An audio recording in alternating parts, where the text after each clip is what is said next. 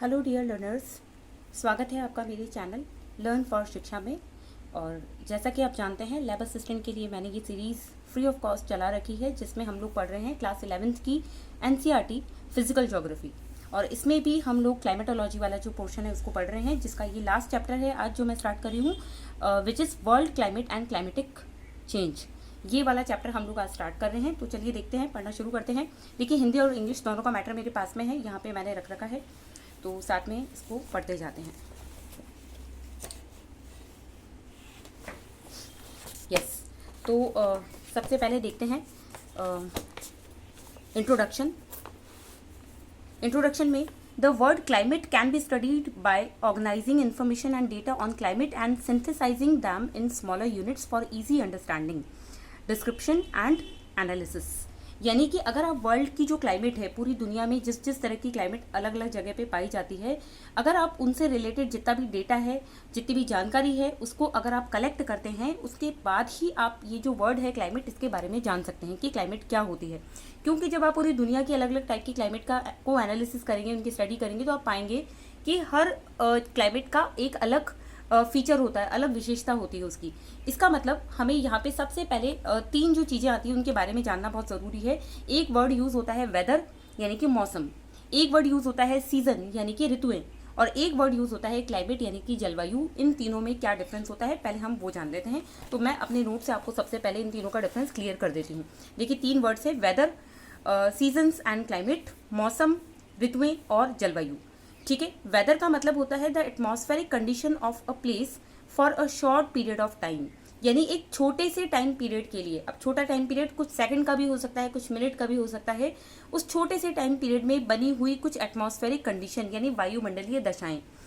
जैसे कि आपने देखा होगा कि अभी आप जहाँ रह रहे हैं वहाँ पर अगर आप बाहर निकल के देखेंगे तो बहुत ही सनी वेदर हो रहा है, बहुत ज़्यादा एकदम स्काई जो है एकदम साफ़ है, क्लाउडलेस है, बहुत तेज़ धूप है। तो इस तरह का अभी वहाँ पे वेदर जो है वो हो रखा है। लेकिन कुछ ही मिनट बाद में हो सकता है वहाँ एकदम बादल छा जाए, जो आपको सनरेज मिल रही थी वो एकदम आनी बंद हो जाए। तो ये जो कुछ मिनट में हुआ जो चेंज है, इसको हम बोलते हैं वेदर। तो मौसम बेसिकली क्या होता है, एक शॉर्ट पीरियड टाइम के लिए बनने वाली एटमॉस्फेरिक कंडीशन होती है। और सीजन्स क्या होते हैं, सीजन्स होते हैं specified period in a year. एक साल के अंदर एक पर्टिकुलर टाइम पीरियड के बारे में हम बात करते हैं तो उसको हम सीजन कहते हैं, जिसमें उस पूरे सीजन में एक जैसी वेदर कंडीशन रहेगी। जैसे कि अगर हम विंटर सीजन की बात करें तो ये पूरे साल भर में एक पर्टिकुलर टाइम पीरियड के लिए आता है, विंटर सीजन। ठीक है। और इस विंटर सीजन में पूरे विंटर में आपको क्या चीज़ देखने को मिलती है, टेम्परेचर कम हो जाता है और जो है ह्यूमिडिटी में भी कमी आ जाती है। तो इस तरह की जो वेदर कंडीशंस आपको मिलती है वो एक पर्टिकुलर सीजन में मिलती है। Inclination of the earth axis and the revolution of the earth around the sun. Seasons के बनने के लिए क्या चीज़ रिस्पॉन्सिबल है, हमारी जो अर्थ है वो अपने एक्सिस पे टिल्ट है और साथ ही वो सन के चारों तरफ क्या कर रही है, रिवोल्यूशन कर रही है, यानी परिक्रमण कर रही है। ये दोनों चीज़ें रिस्पॉन्सिबल है सीजन्स के बनने के लिए। तो ये चीज़ हो गई। और लास्ट एक वर्ड यूज़ करते हैं हम लोग, क्लाइमेट, यानी कि जलवायु। ये होती है average weather conditions over a large area for long duration of time. एक लंबे अवधि के लिए, अब लंबा ड्यूरेशन कितना हो सकता है, 30 से 40 ईयर का जो टाइम पीरियड है वो, और एक लार्ज एरिया को अफेक्ट करता है। जो वेदर कंडीशंस होती है उसको हम क्लाइमेट कहते हैं। जैसे कि अगर आप कहेंगे कि इंडिया की क्लाइमेट कैसी है, तो आप पूछेंगे तो इंडिया की क्लाइमेट पूछेंगे, आप ये नहीं कहेंगे इंडिया का वेदर कैसा है, आप पूछेंगे इंडिया की क्लाइमेट कैसी है। ठीक है। तो ये चीज़ हो गई। तो ये हमने बेसिक तीनों शब्दों के बीच में डिफरेंस क्लियर कर लिया है। अब इसके बाद में हम आगे बढ़ते हैं, नेक्स्ट पॉइंट पे आते हैं। 3 broad approaches have been adopted for classifying climate. अगर हम क्लाइमेट को समझने की कोशिश करते हैं तो बेसिकली हम 3 तरीके की जो उपागम होते हैं या अप्रोचेस होती हैं उनको यूज़ करते हैं। First one is empirical. Empirical यानी कि अनुभविक। एम्पिरिकल का मतलब होता है, देखिए अभी मैं आपको अपने नोट से समझा दूंगी। एम्पिरिकल होता है, एक जेनेटिक होता है और एक अप्लाइड होता है। हिंदी में इसको बोलते हैं आनुभविक, जननिक और अनुप्रयुक्त। ये तीनों क्या होते हैं इसके बारे में हम बात कर लेते हैं। अच्छा, यहाँ पे लिखा हुआ ही है already. Empirical classification is based on observed data, particularly on temperature and precipitation. Empirical का मतलब देखिए एकदम सिंपल वर्ड्स में मैं आपको समझाऊं तो क्या होगा कि किसी भी जगह की क्लाइमेट को खुद अपने एक्सपीरियंस के तौर पे उसको बता पाना। अब अपना एक्सपीरियंस के तौर पे हम कैसे बताएंगे, हम वहाँ का जो टेम्परेचर है वो देखेंगे, वहाँ का प्रेसिपिटेशन है वो देखेंगे। इसके बेसिस पे हम जो डेटा है वो इकट्ठा करेंगे और उसका एनालिसिस करके जब हम बताएंगे तो क्या होगा, वो कहलाएगा एम्पिरिकल क्लासिफिकेशन। ठीक है, यानी कि अनुभवजन्य वर्गीकरण। I am sorry. Next number 2 आता है जेनेटिक क्लासिफिकेशन। जेनेटिक यानी कि जननिक, और ये क्या कहलाता है, it attempts to organise climates according to their causes, यानी कि किसी जगह की क्लाइमेट के पीछे क्या कारण है, क्यों वो क्लाइमेट ऐसी है, उन कॉजेज की स्टडी जब की जाती है तो उसको हम बोलते हैं जेनेटिक क्लासिफिकेशन। और लास्ट आ जाता है applied classification. It is for specific purpose, यानी जब आप किसी एक निश्चित पर्पस के वजह से किसी क्लाइमेट की स्टडी करते हैं तो उस टाइप के क्लासिफिकेशन को हम क्या कहते हैं, अप्लाइड क्लासिफिकेशन कहते हैं। ठीक है, तो ये 3 कैटेगरीज हो गई। अब हम हर एक कैटेगरी में, जैसे फर्स्ट वाली जो कैटेगरी है एम्पिरिकल, अनुभवजन्य, इस कैटेगरी में हम रखते हैं कोपेन के क्लासिफिकेशन को, और एक और आता है थॉर्नथ्वेट। इन 2 लोगों के क्लासिफिकेशन को हम किस में रखते हैं, एम्पिरिकल क्लासिफिकेशन में रखते हैं। ठीक है, तो इस तरीके से हम लोग आगे बढ़ेंगे। तो इस चैप्टर में मेन फोकस रहेगा कोपेन्स क्लासिफिकेशन पे। तो चलिए इसको स्टार्ट करते हैं पढ़ना। Yes, the most widely used classification of climate is the empirical climate classification scheme developed by V. Köppen, Vladimir Köppen. Köppen identified a close relationship between the distribution of vegetation and climate. यानी कि जो empirical climate classification है, यानी अनुभवजन्य classification जो है, उसमें सबसे फेमस अगर कोई क्लासिफिकेशन हम पढ़ते हैं तो वो है व्लादिमीर कोपेन का क्लासिफिकेशन। ठीक है, इन्होंने दिया था और इन्होंने एक क्लोज रिलेशन बताया था किसके बीच में, वेजिटेशन यानी वनस्पति और जलवायु के बीच में। इनका मानना था कि जिस जगह की जलवायु जैसी होगी, क्लाइमेट जैसी होगी, वहां पर जो पाई जाने वाली वेजिटेशन है, वनस्पति है, वो भी एग्जैक्टली वैसी ही, मतलब उससे प्रभावित होगी। तो दोनों में काफी क्लोज रिलेशन है, ये इनका मानना था। Then he selected certain values of temperature and precipitation and related them to the distribution of vegetation and used these values for classifying the climates. यानी कि इन्होंने कुछ मतलब वैल्यूज या कुछ मान जो थे वो फिक्स कर लिए थे, कुछ तापमान और जो वर्षा होती है उनके जो तापमान और एक प्रेसिपिटेशन, टेम्परेचर और प्रेसिपिटेशन यानी वर्षण और तापमान के कुछ वैल्यूज, कुछ मानों को निश्चित कर लिया था। और ये कहा था कि जो किसी भी जगह की अगर वेजिटेशन जो होगी, अगर आप उस वेजिटेशन की स्टडी करते हैं तो आप पाएंगे कि उस पर्टिकुलर जगह की जो क्लाइमेट है उसका प्रभाव, उसका जो इम्पैक्ट है वो उस टाइप की वेजिटेशन पे काफ़ी पड़ा है, इसीलिए वहाँ की वेजिटेशन उसी टाइप की है। जैसे कि राजस्थान ज्योग्राफी में अभी हम लोगों ने जो फिजियोग्राफिक डिवीजन पढ़े, उसमें आप लोगों ने देखा होगा कि वेस्टर्न राजस्थान जो है हमारा थार डेजर्ट, वहाँ की सॉइल किस तरह की मिलती है, वहाँ की क्लाइमेट कैसी है, उसकी वजह से वहाँ पे वेजिटेशन भी एकदम कैक्टस, थॉर्नी बुशेस जो है, कांटेदार झाड़ियाँ हैं, इस तरह की मिलेगी। क्यों? क्योंकि वहाँ की जो वेजिटेशन है उसके ऊपर किसका प्रभाव पड़ रहा है, सीधा सीधा वहाँ की क्लाइमेट का। तो वही चीज़ कोपेन ने भी बताने की कोशिश की थी। आगे इन्होंने बात की थी, it is an empirical classification, यानी कि अनुभवजन्य क्लासिफिकेशन है, ये अपनी एक्सपीरियंस के तौर पे इन्होंने दिया था। It is based on mean annual and mean monthly temperature and precipitation data. ये बहुत ही इंपॉर्टेंट लाइन है। इन्होंने अपने क्लासिफिकेशन को देने के लिए क्या चीज़ यूज़ की थी, मंथली नहीं, एनुअल, वार्षिक रूप से पूरे साल भर का जो एवरेज टेम्परेचर होता है, और इसी तरीके से मंथली जो टेम्परेचर होता है वो दोनों, और ऐसे ही पूरे साल भर और पूरे के पूरे मंथली बेसिस पे जो प्रेसिपिटेशन होता है, एवरेज वर्षण जो होता है, उसकी मात्रा को इन्होंने यूज़ किया था अपना क्लासिफिकेशन देने के लिए। ठीक है, तो टेम्परेचर एंड प्रेसिपिटेशन।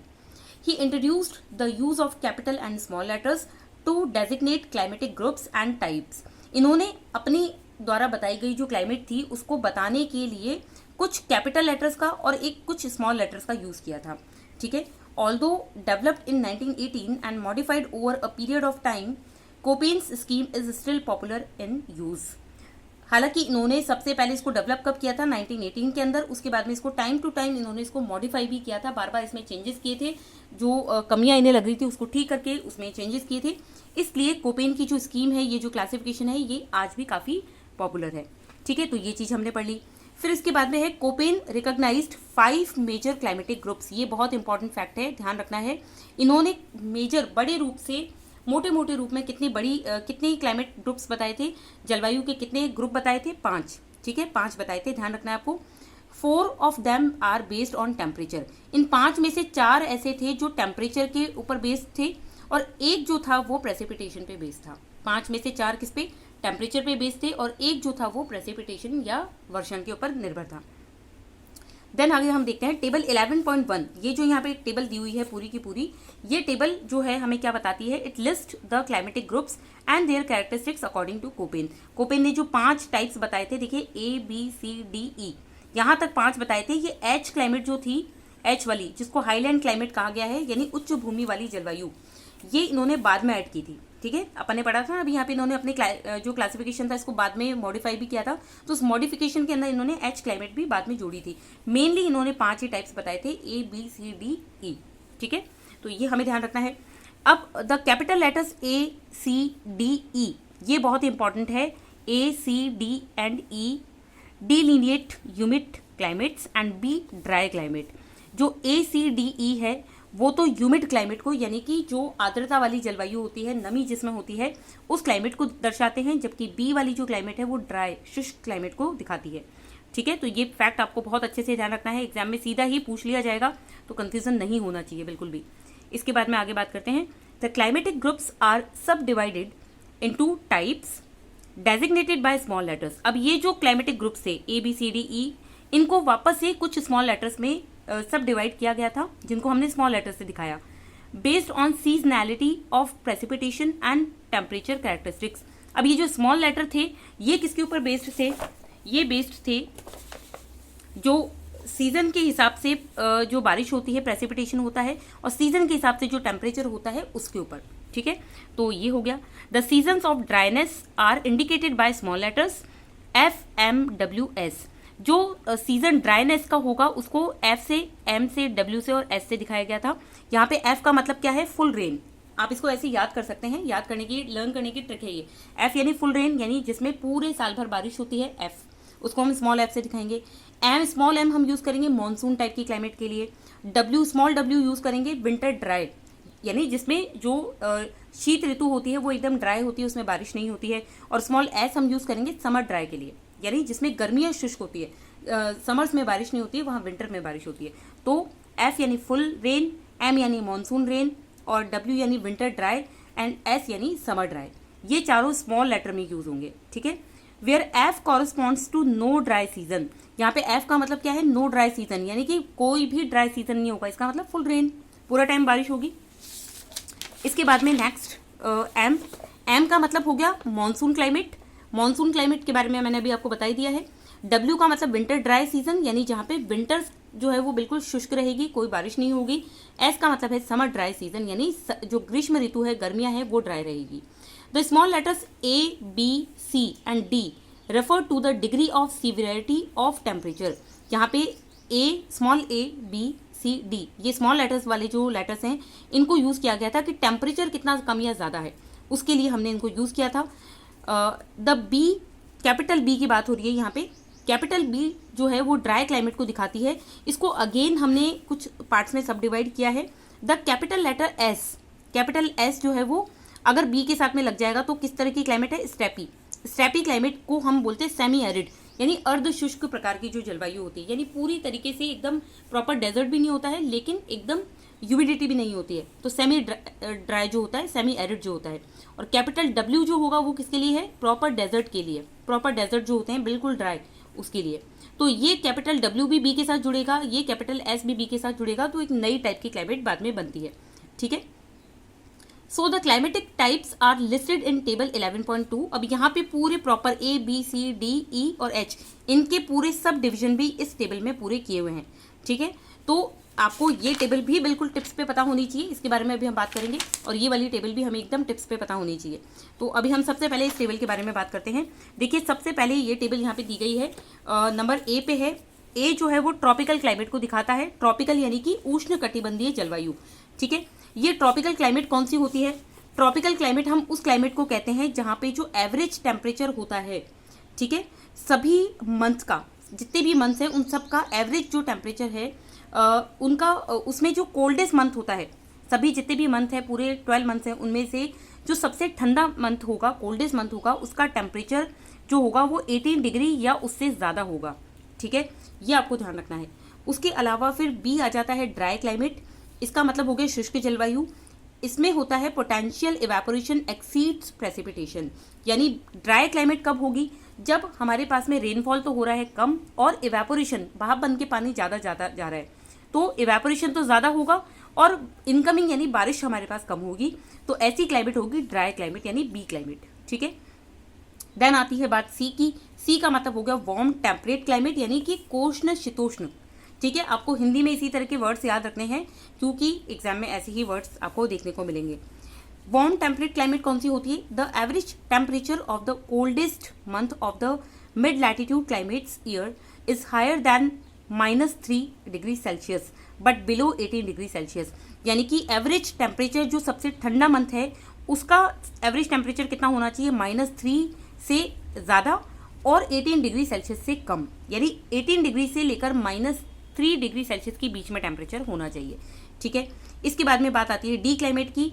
इसको हम बोलते हैं cold snow forest climate, Hindi में इसको बोला जाएगा शीतल हिमवन जलवायु। शीतल हिमवन जलवायु इसको बोलते हैं।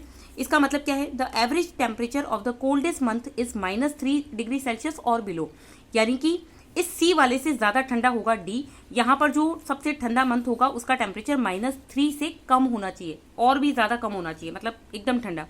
और ई जो है वो है कोल्ड क्लाइमेट।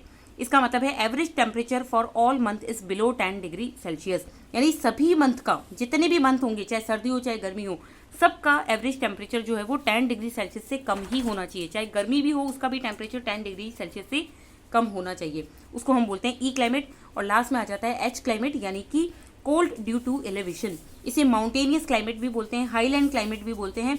और ऐसी क्लाइमेट पे ठंडक क्यों रहती है? क्योंकि जैसे जैसे आप हायर ऑल्टीट्यूड्स पे जाएंगे, ऊंचाई की तरफ जाएंगे, वैसे वैसे टेम्परेचर में कमी आती जाएगी।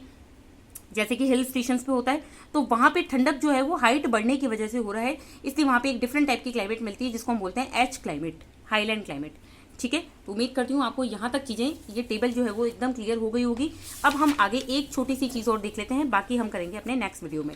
देखिए, ए जो क्लाइमेट है इसको अगेन 3 कैटेगरीज में डिवाइड किया है, AF, AM, AW। बी जो क्लाइमेट है वो BSH, BWH, BSK और BWK। फिर सी जो है उसके भी 3 ग्रुप है, डी के अगेन 2 ग्रुप है, ई के अगेन 2 ग्रुप है और एच को कोई भी और पार्ट में डिवाइड नहीं किया गया है, कि अपने आप में एच क्लाइमेट ही है। ठीक है, और एफ, एम और इन सब छोटे स्मॉल लेटर्स का क्या मतलब है ये हमने अभी अभी जस्ट देखा ही था। तो चीज़ें मैं उम्मीद करती हूँ आपको यहाँ तक क्लियर हो गई होगी, और बाकी का जो पार्ट है उसको हम करेंगे कल के अपने वीडियो में। तब तक के लिए आप अच्छे से इसको पढ़िए, रिवाइज कीजिए और जो है रिविजन करते रहिए बार बार, ताकि आने वाले एग्जाम में आप अच्छा परफॉर्म कर पाएँ। जहाँ पे दूसरे लोग अटक जाते हैं, उन्हें डिफ़िकल्टी आती है, वहाँ पर आप लोग एकदम इजीली उन चीज़ों को क्रॉस करके निकल जाएं, आपको वो चीज़ें हार्ड ना लगे।